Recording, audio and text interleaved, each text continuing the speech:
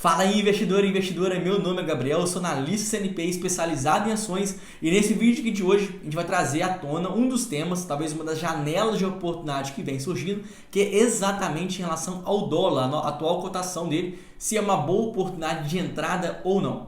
Antes de ir direto para o conteúdo, eu vou te pedir em troca agora um like nesse vídeo, uma inscrição no canal, porque assim que você ajuda o youtuber a conhecer que o meu trabalho tem sido relevante e espalhar esse material para mais investidores, então conto muito com a sua ajuda.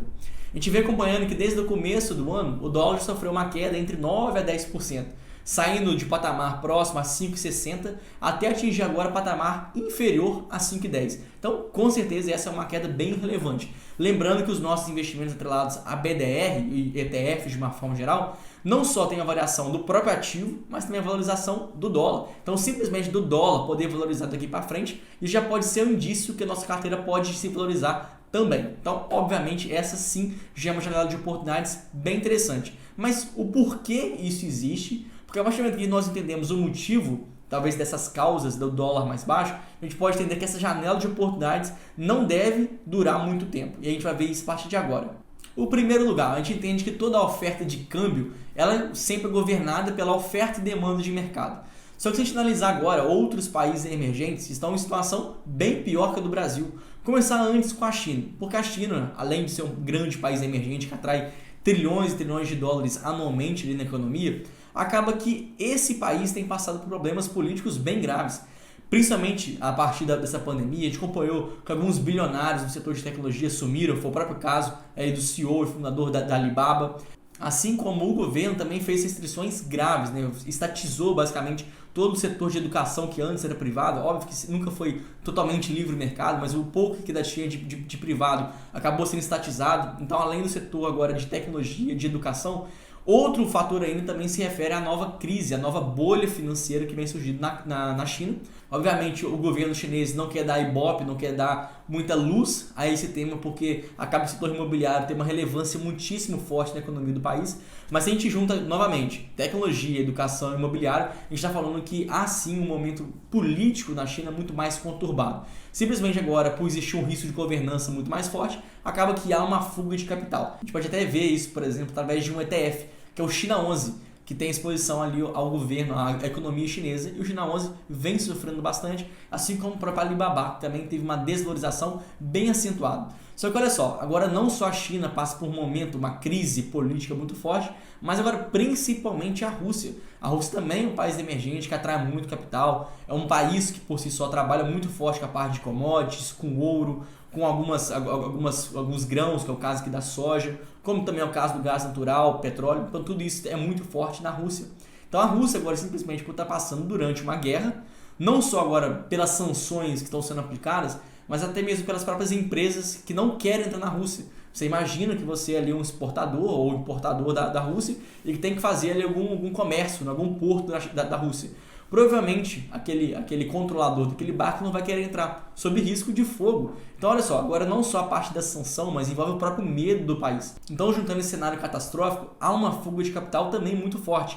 É verdade que agora o próprio Putin também congelou a conta de alguns bilionários para evitar essa fuga mais acentuada do capital, mas de uma forma geral acaba que é quase impossível de controlar isso. Até mesmo pensando que muitos desses bilionários que tiveram sua fortuna congelada também têm investimentos em Bitcoin que não podem ser controlados. Então olha só, é inevitável que a Rússia tenha perdido dinheiro, que a economia hoje está muito mais fraca, que há uma crise humana, que há uma crise política, então que mais uma vez afasta muito capital do seu país. Sobrou então justamente para o Brasil. Se a gente acha que nosso país realmente tem problemas, e de fato tem, a gente sabe que em outros países a situação é ainda pior. Então o Brasil, querendo ou não, tem que conseguir atrair muito capital externo. Como eu falei lá no começo, se a gente tem agora uma oferta de câmbio maior no nosso país, acaba que o preço naturalmente reduz. Então isso aqui é a primeira causa do dólar estar baixando. A segunda causa ela também acaba sendo um pouquinho de continuação da primeira, porque como eu acabei de falar, a Rússia é um país muito forte no agronegócio, em commodities, em ouro, em metais. Então repara a partir disso. A partir do momento que a Rússia não pode fazer acordos comerciais com outros países, acaba que há uma oferta de grãos e de commodities muito limitada. Se a oferta cai, o preço sobe. Então, olha só, o que isso acaba refletindo? Que as commodities, de maneira geral, estão muito altas. A gente está acompanhando que agora o petróleo já bate na casa de $140 o barril, podendo avançar para $180 até o final do ano. É realmente o cenário agora de que todas as commodities, não só o petróleo, o gás natural, mas também a própria soja, a própria milho, que também é muito forte na região da Rússia. Então, essas commodities estão muito mais caras. Quem ganha dinheiro com isso é justamente o Brasil. O Brasil é um grande exportador, seja de soja, seja de milho, próprio petróleo. Então, acaba que, mais uma vez, há uma entrada de fluxo estrangeiro muito grande no Brasil. Mais uma vez, a gente volta aqui agora ao tema de demanda e oferta. Porque se, novamente, saiu da oferta da Rússia e essa oferta veio para o Brasil, injetou dinheiro no nosso país, acaba que hoje nós temos uma oferta muito maior de dólar. Consequentemente, o dólar do nosso país cai. Então aqui a gente já pode imaginar talvez alguns cenários. Porque perceba que talvez as duas principais explicações que hoje fazem o dólar cair são também explicações pontuais. A gente espera que essa guerra esteja próximo do fim, a gente espera que o problema político da China, mesmo que não resolva 100%, mas pelo menos dê uma apaziguada. Então olha só, juntou dois pontos muito fortes ao mesmo tempo para coincidir para que o Brasil receba muito fluxo de estrangeiro.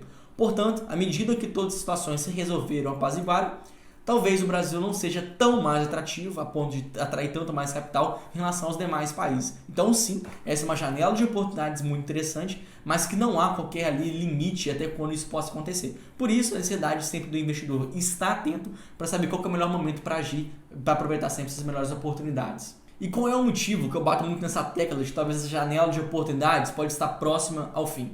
Aqui eu trago um outro conceito da economia, que as moedas elas devem sempre seguir a própria economia dos países. Então, olha só, é natural que o dólar, ano após ano, ele vai perdendo valor. Afinal de contas, a inflação no Brasil ela é sempre maior do que o dólar. Então, é natural que o dólar, que já foi a R$3, a R$2, todo ano ele vai crescendo. Então, dificilmente a gente vai ter um dólar na casa de R$3, R$4, igual já foi até antes da pandemia. A tendência é sempre ir aumentando.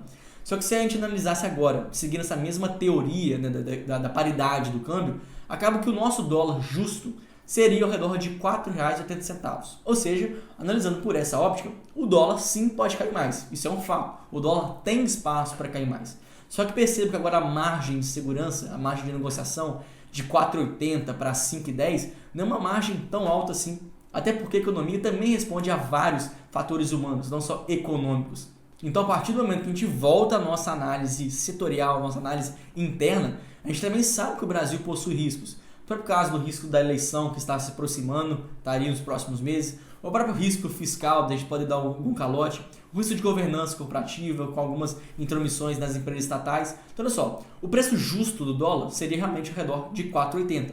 Mas o nosso país tem riscos, tem vieses, tem problemas. Então tudo isso também agora começa a trazer mais risco ao nosso país, de tal forma que talvez o valor justo do dólar seja superior à casa de R$4,80.